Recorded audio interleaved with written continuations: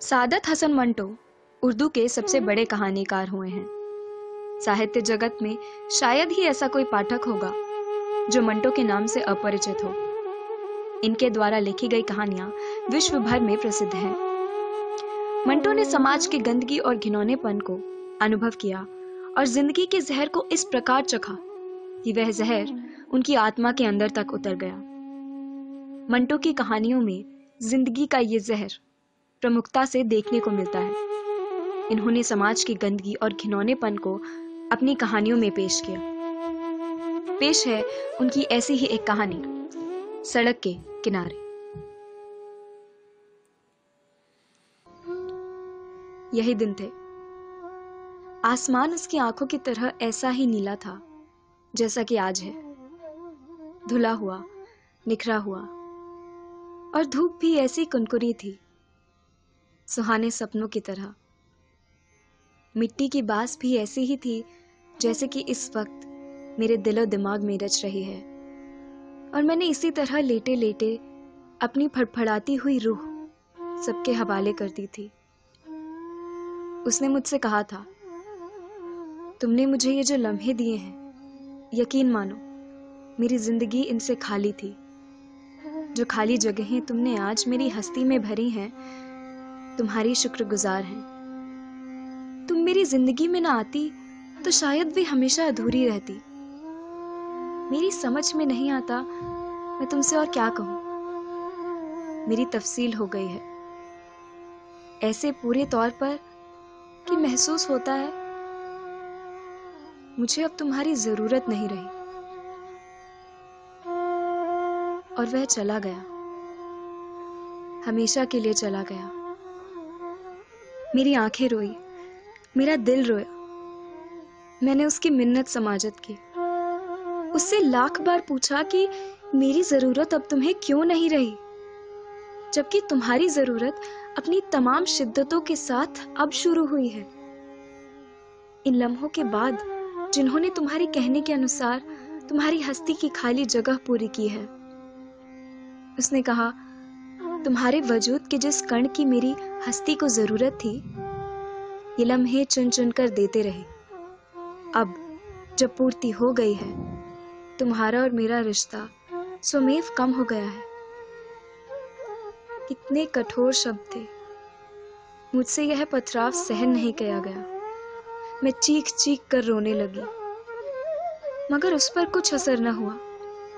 मैंने उससे कहा, ये कण जिनसे तुम्हारी हस्ती पूरी हुई है मेरे वजूद के अंश थे। क्या इनका मुझसे कोई रिश्ता नहीं? क्या मेरे वजूद का शेष भाग इनसे अपना नाता तोड़ सकता है? तुम पूर्ण हो गए हो, लेकिन मुझे अधूरा करके। क्या मैंने इसीलिए तुम्हें अपना आराध्य बनाया था? उसने कहा, भंवरे फूलों और कलियों का रस चूस चूस कर शहद निकालकर इकट्ठा करते हैं, मगर वे इसकी तलछट तक भी उन फूलों और कलियों के होठों तक नहीं लाते। ईश्वर अपनी आराधना कराता है, मगर स्वयं बंदगी नहीं करता। अहम के साथ एकांत में कुछ क्षण बिताकर उसने अपने अस्तित्व को पूर्ण किया है। लेकिन अब अहम कहाँ? अब उसके अस्तित्व की जरूरत ही क्या है? वह एक ऐसी माँ थी जो वजूद को जन्म देते ही जचगी के बिस्तर पर ही मिट गई थी। औरत रो सकती है, दलीलें पेश नहीं कर सकती। उसकी सबसे बड़ी दलील उसकी आंख से ढलका हुआ आंसू है। मैंने उससे कहा, देखो मैं रो रही हूं, मेरी आंखें आंसू बरसा रही हैं। तुम जा रहे हो तो जाओ, मगर इन आंसुओं को तो अपने रुमाल के कफन में लपेट कर साथ लेते जाओ। मैं तो सारी उम्र रोती रहूंगी।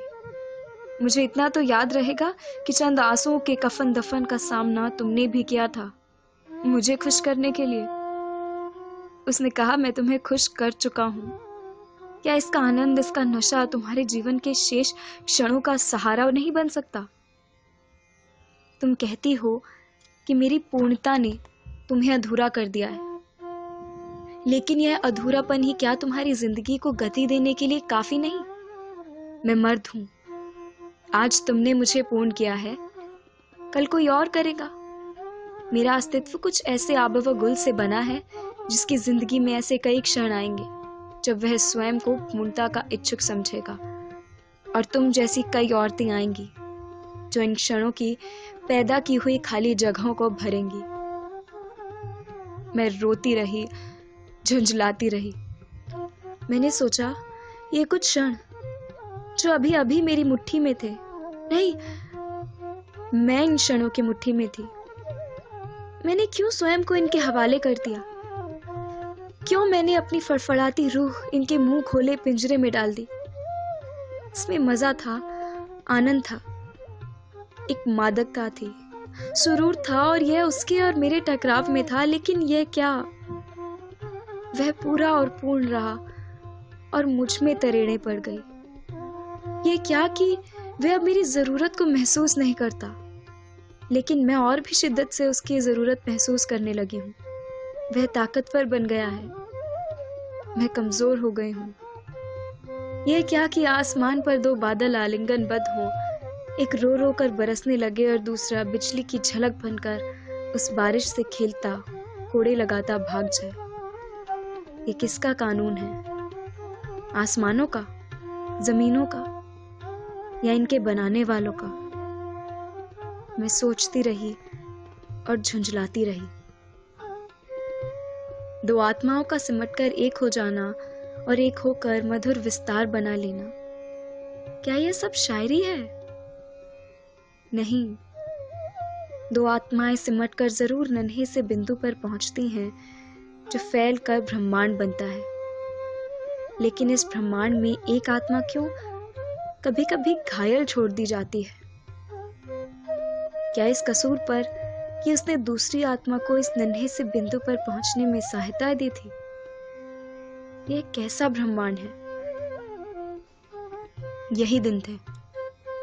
आसमान उसकी आंखों की तरह ऐसा ही नीला था जैसा कि आज है, और धूप भी ऐसी ही कुनकुनी थी, और मैंने इसी तरह लेटे लेटे अपनी फड़फड़ाती हुई रूह उसके हवाले कर दी थी। वह मौजूद नहीं है। बिजली की झलक बनकर न जाने किन बदलियों के रोदन व दुख से खेल रहा है। अपनी पूर्णता करके चला गया था, एक सांप जो मुझे डसकर चला गया था। लेकिन अब उसकी छोड़ी हुई लकीरें क्यों मेरे पेट में करवटें ले रही हैं? क्या यह मेरी पूर्णता हो रही है? नहीं नहीं, ये कैसे पूर्णता हो सकती है? यह तो विनाश है। लेकिन ये मेरे जिस्म की खाली जगहें क्यों भर रही हैं?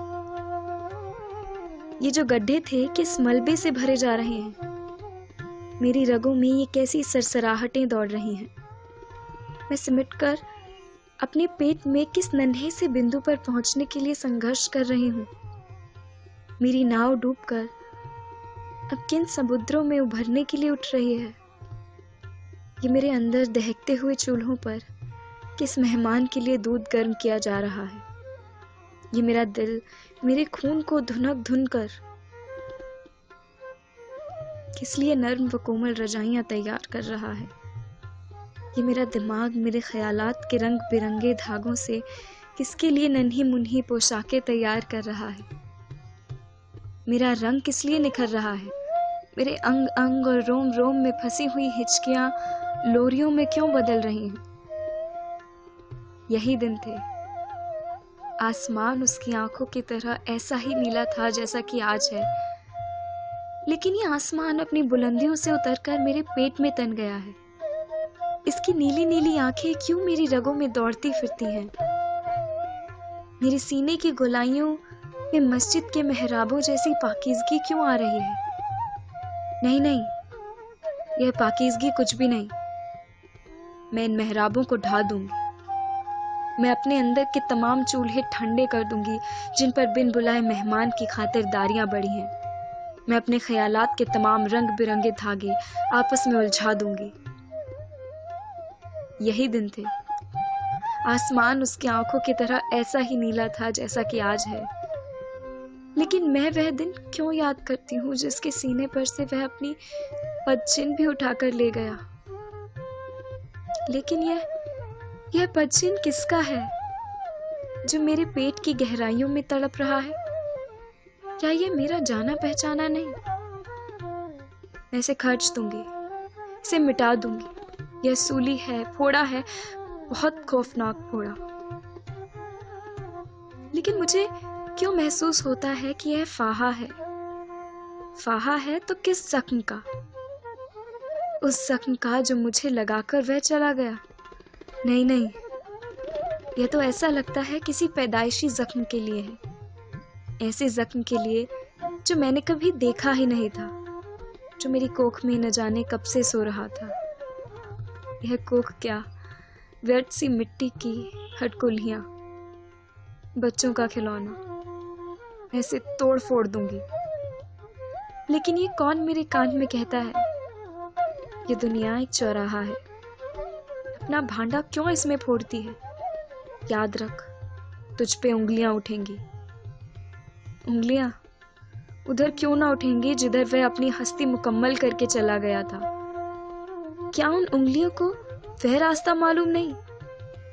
ये दुनिया एक चौराहा है, लेकिन उस वक्त वह मुझे एक दोराहे पर छोड़कर चला गया था। इधर भी अधूरापन था, उधर भी अधूरापन, इधर भी आंसू, उधर भी आंसू। लेकिन यह किसका आंसू मेरे सीप में मोती बन रहा है? यह कहाँ बंधेगा? चौराहे पर गिर पड़ेगा तो उंगलियां उठेंगी, सीप की तरफ भी और मोती की तरफ भी। और ये उंगलियां सपोलियां बन बनकर एक दूसरे को डसेंगी और अपने जहर से उनको नीला कर देंगी। आसमान उसकी आंखों की तरह ऐसा ही नीला था जैसा कि आज है। यह गिर क्यों नहीं पड़ता? वे कौन से स्तून हैं जो इसको थामे हुए हैं? क्या उस दिन जो बवंडर आया था वह इन स्तूनों की बुनियादें हिला देने के लिए काफी था? ये क्यों अब तक मेरे सिर के ऊपर उसी तरह तना हुआ है? मेरी रूह पसीने में गर्क है, उसका हर मसाम खुला हुआ है। चारों तरफ आग दहक रही है। मेरे अंदर कुठाली में सोना पिघल रहा है, धोकनियां चल रही हैं, शोले भड़क रहे हैं। सोना ज्वालामुखी पहाड़ के लावे की तरह उबल रहा है। मेरी रगों में नीली नीली आंखें दौड़ दौड़ कर हाँफ रही हैं। घंटियां बज रही हैं। कोई आ रहा है, कोई आ रहा है। बंद कर दो, बंद कर दो किवाड़। कुठाली उलट गई, पिघला हुआ सोना बह रहा है। घंटियां बज रही हैं। वह आ रहा है, मेरी आंखें मूंद रही हैं। नीला आसमान गदला होकर नीचे आ रहा है। यह किसके रोने की आवाज है? इसे चुप कराओ। इसकी चीखें मेरे दिल पर हथौड़े मार रही हैं। चुप कराओ उसे, चुप कराओ। मैं गोद बन रही हूँ। मैं क्यों गोद बन रही हूँ? मेरी बाहें खुल रही हैं। चूल्हों पर दूध उबल रहा है। मेरे सीने की गोलाइयां प्यालियां बन रही हैं। लाओ, इस गोश्त के लोथड़े को मेरे धुनके हुए खून के नर्म नर्म गालों में लटा दो। मत छीनो, मत छीनो उसे। मुझसे अलग ना करो, खुदा के लिए मुझसे अलग ना करो। उंगलियां, उंगलियां, उठने दो उंगलियां। मुझे कोई परवाह नहीं। ये दुनिया चौराहा है। फूटने दो मेरी जिंदगी के तमाम भांडे। मेरी जिंदगी तबाह हो जाएगी। हो जाने दो। मेरा गोश्त मुझे वापस दे दो। मेरी रूह का ये टुकड़ा मुझसे मत छीनो। तुम नहीं जानते यह कितना कीमती है। यह गौहर है जो मुझे उन चंद क्षणों ने प्रदान किया है। उन चंद क्षणों ने जिन्होंने मेरे अस्तित्व के कई कण चुन चुन कर किसी की पूर्णता की थी और मुझे अपने ख्याल में अधूरा छोड़कर चले गए थे। पूर्णता आज हुई है। मान लो, मान लो।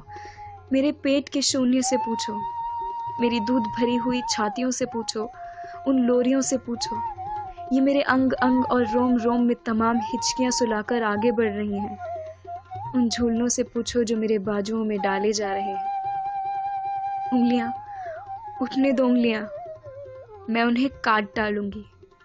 शोर मचेगा। मैं ये उंगलियां उठाकर अपने कानों में ठूस लूंगी। मैं गूंगी हो जाऊंगी, बहरी हो जाऊंगी। अंधी हो जाऊंगी। मेरा गोश्त मेरे इशारे से समझ लिया करेगा, मैं उसे टटोल टटोल कर पहचान लिया करूंगी। मत छीनो, मत छीनो उसे। ये मेरे कोख की मांग का सिंदूर है, ये मेरी ममता की माथे की बिंदिया है, मेरे गुनाहों का कड़वा फल है। लोग इस पर थू थू करेंगे, मैं चाट लूंगी सब थूके। देखो, मैं हाथ जोड़ती हूँ, तुम्हारे पांव पड़ती हूँ। मेरे भरे हुए दूध के बर्तन औंधे ना करो, मेरे दिल के धुनके हुए खून के नर्म नर्म गालों में आग न जलाओ। मेरी बाहों में झूलने की रस्सियां न तोड़ो, मेरे कानों को इन गीतों से वंचित न करो जो उसके रोने में मुझे सुनाई देते हैं। मत छीनो, मत छीनो, मुझसे अलग ना करो। खुदा के लिए मुझसे उससे अलग ना करो।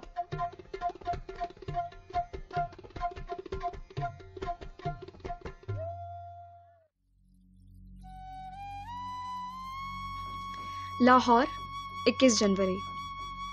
धोबी मंडी से पुलिस ने एक नवजात बच्ची को सर्दी से ठिठुरते हुए सड़क के किनारे पड़ी हुई पाया और उसे अपने कब्जे में ले लिया। किसी पत्थर दिल ने बच्ची की गर्दन को मजबूती से कपड़े में जकड़ रखा था और उसके नंगे जिस्म को पानी से गीले कपड़े में बांध रखा था ताकि वह सर्दी से मर जाए, मगर वह जिंदा थी। बच्ची बहुत खूबसूरत है, उसकी आंखें नीली हैं। उसको अस्पताल पहुंचा दिया गया है।